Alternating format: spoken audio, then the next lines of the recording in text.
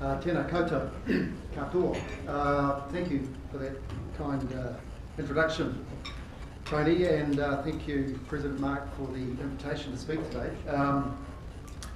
It was lovely when I walked in and was greeted by Francis Weavers, and Francis was my union organiser when I was working at the Broadcasting Corporation down at the end of the terrace, Bowen House, in 1983, and I can remember we worked on a job where we tried to save the job of one of my colleagues, and it involved going upstairs and talking to the head of the Broadcasting Corporation, Ian Cross, and we successfully did it. And it was lovely that a few years later, quite a few years later, that Francis and I hooked up again and through Wellington College, and our kids were in the same soccer team. So there's this real sense of whakawhanaungatanga when I see Tony and Francis.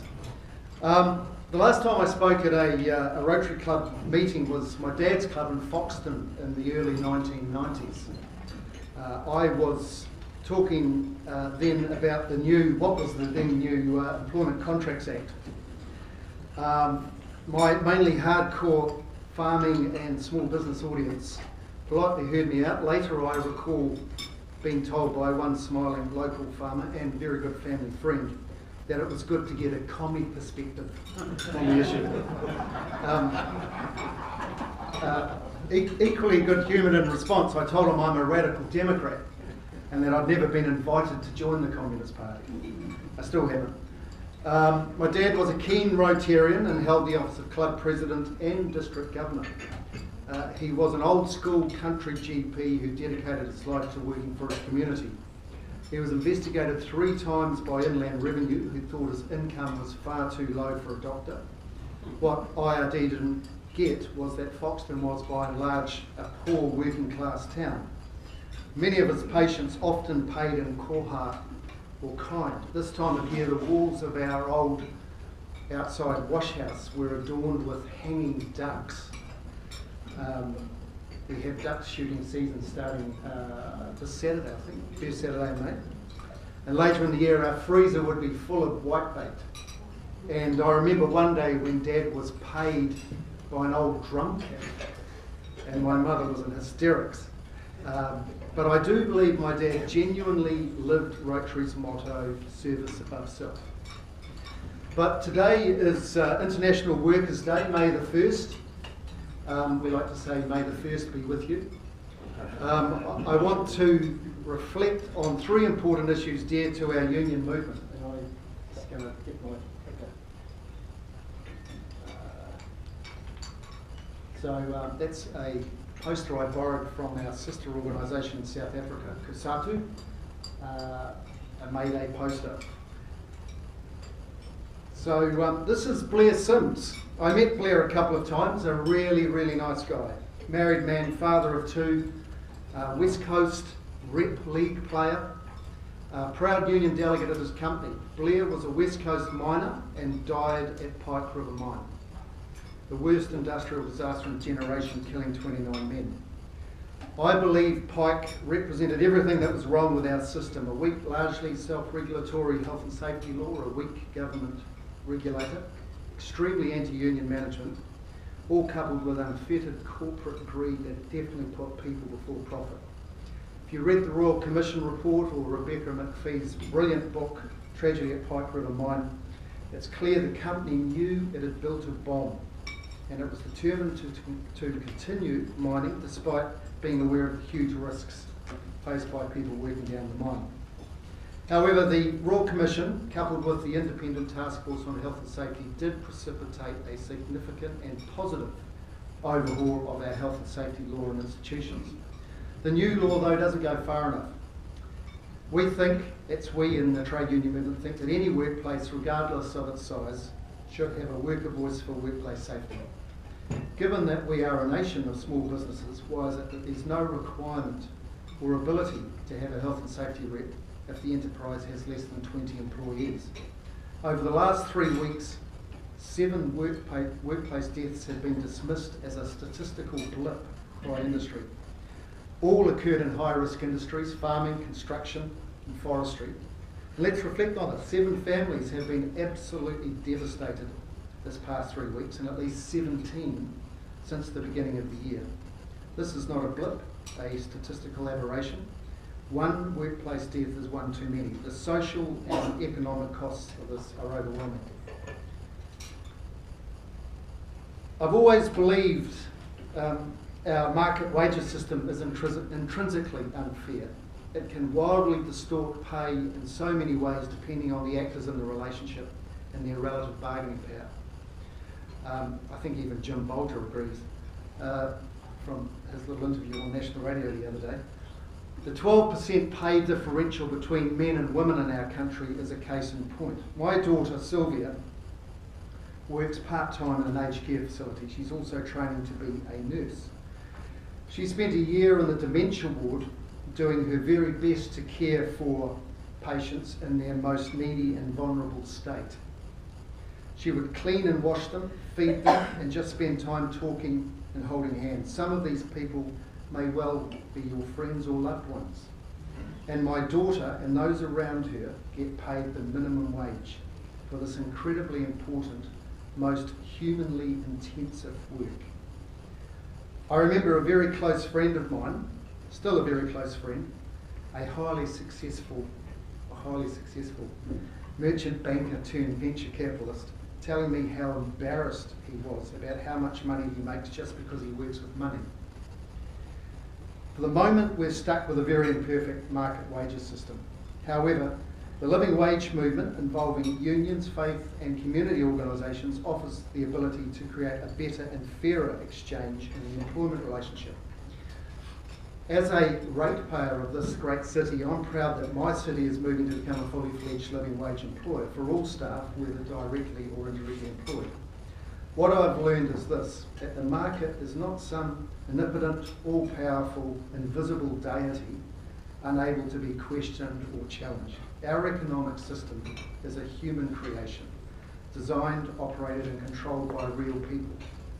In these times of obscene wealth inequality, with all of its well-documented downsides for people and the planet, the living wage movement creates a new narrative based around people receiving living wages for their mahi.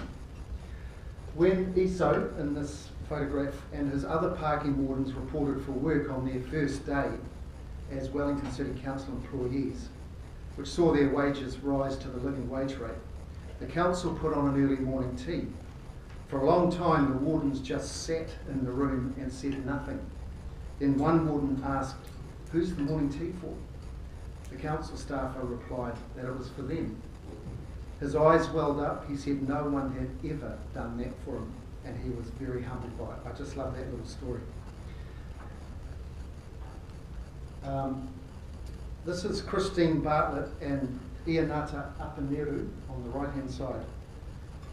Unions, for many, many years, going way back to the late 50s, with the efforts of the public service associations, have played a very significant role in making advances in addressing gender pay inequality and the plight of low-paid working people in the care and support industries.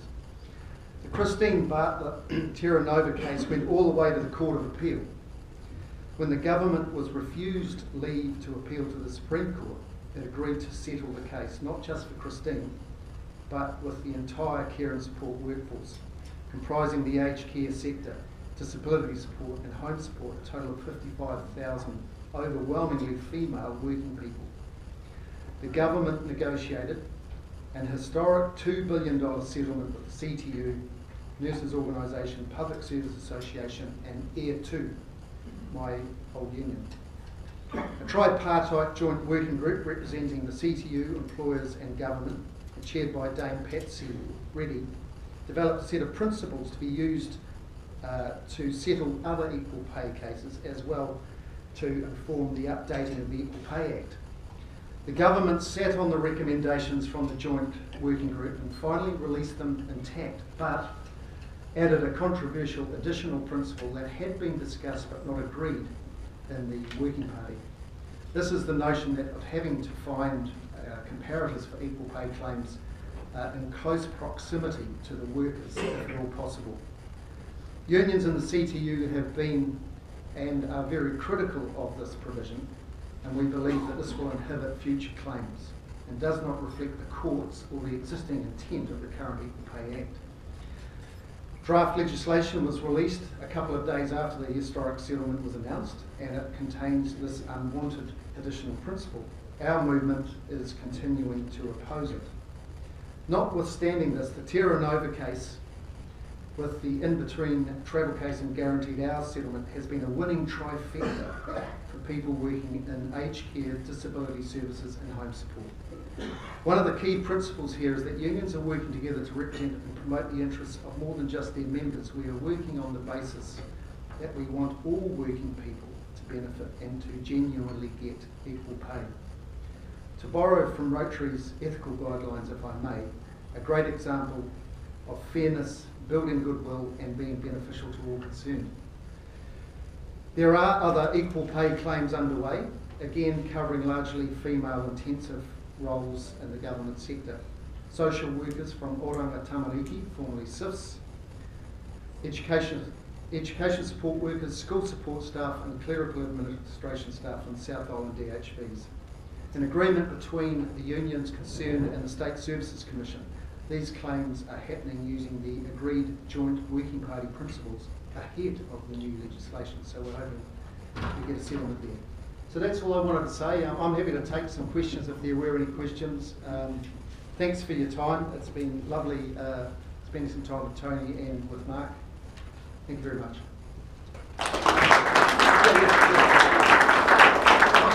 Ross is happy to take any questions. So Ramsey's the first one. I'll first cab off the rank. Hi, Ramsey. Ross, can you tell us something, please, about union aid?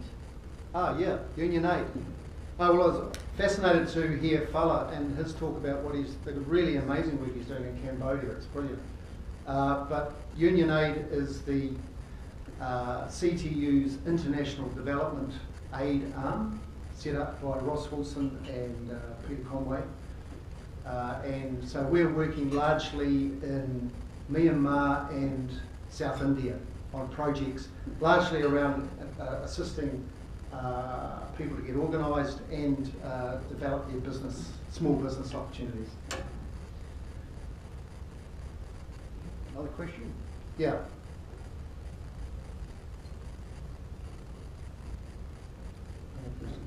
Yep, Steve. All right. Oh, sorry, Steve.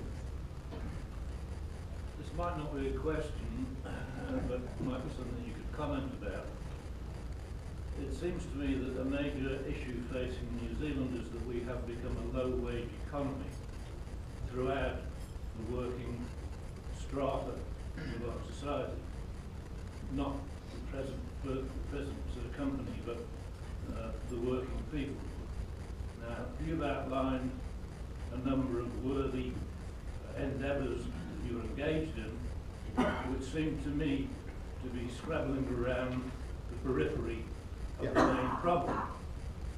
The main problem is getting us out of this low-wage trough that we're in, and that's why we're losing most of our talented people across the Tasman Sea. Now, there's a low long for you there. Yeah. Look, I totally agree. I'm a hobby economist, but I agree with you. We are a low-wage economy. That's a huge challenge to us. And it was fantastic to see Tony's little presentation and that the notion of 3D printing, which is a really amazing example of the technological developments that can really enhance business and economies. And my old union, Air 2, or the engineering union, was really big on driving this push to high value manufacturing. And we know that a manufacturing job creates an enormous amount of wealth in comparison to a tourism job. Far outstrips the amount of wealth that is created through exporting. And I think one of our challenges as a nation, a really big challenge, is the economic transformation that needs to take place. And one of my comrades at the CTU, Peter Conway, did a huge amount of work in this. Peter died a couple of years ago. He did a huge amount of work in association with a whole group of other people around this economic transformation agenda. And I think we have to do that, and it's a huge challenge, but we can't rely on commodities to improve our standard of living because they're not. They're going the other way in terms of prices and that get generated. So yeah, I agree with you. I think we need a national, a national conversation on how we do that. But it's a very important step we need to take. Any other questions? Thank you, Reece. Just raise a question. I understand the settlement was recently reached with the aged care workers. Didn't extend to the cleaners that may be cleaning the toilets in those same establishments. And I just wonder, is there moves afoot to do something for the cleaners as well? Yeah, I'm not entirely sure about what the exact details of the settlement package are, but the intent will be that it would apply to all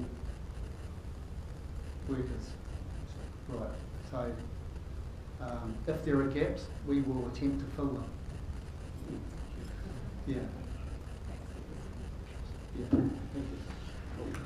Ross, thank you very much. I think after that speech we can safely put to bed any suggestion of commie perspective. Right. I thought there was a very measured speech on the situation regarding remuneration for many of our workers who are less equipped, if you like, in the marketplace, and I think Ross outlined that very well for us. So Ross, on behalf of the club, thank you very much indeed. Great to see you once again, and a small gift from us. Thank you.